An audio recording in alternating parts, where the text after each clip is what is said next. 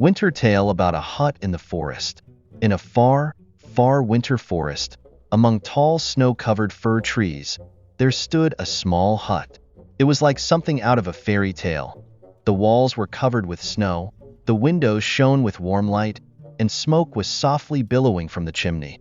This hut belonged to old Grandfather Frost, who had lived there for many years.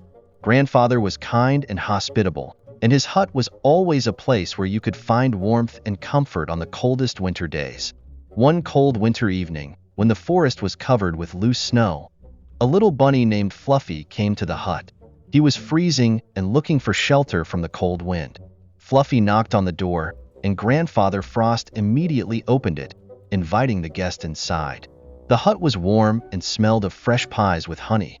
Fluffy quickly warmed himself by the fireplace, drank a cup of hot tea, and began to tell his grandfather about his adventures in the forest.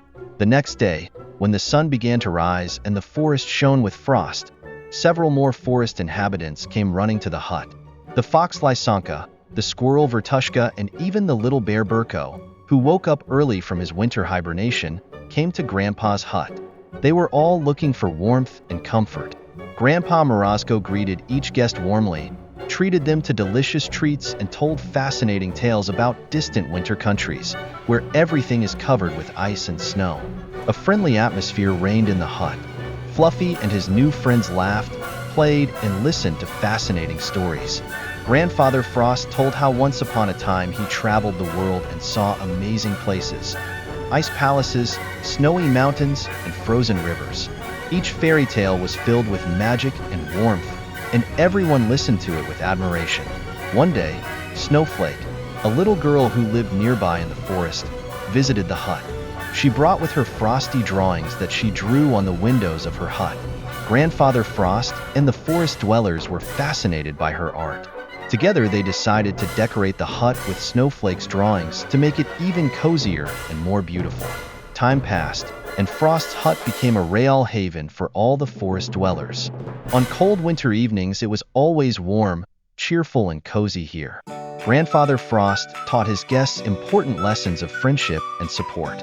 He always said, "In the harshest winter, the most important thing is the warmth of the heart and friendship."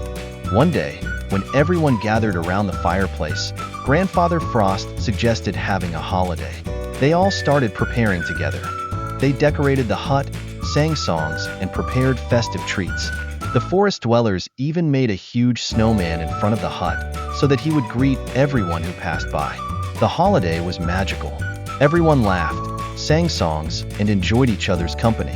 Grandfather Frost told another fairy tale, and everyone fell asleep under the cozy warmth of the fireplace, feeling happy and protected.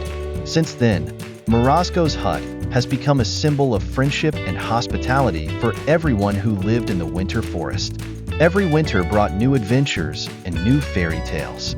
And although winter can be cold and harsh, there was always warmth and comfort in Morozko's hut, which warmed the hearts of everyone who visited it. And who knows, maybe one day you will find yourself in this magical forest and visit Morozko's hut, where warmth, friendship, and new exciting adventures will await you.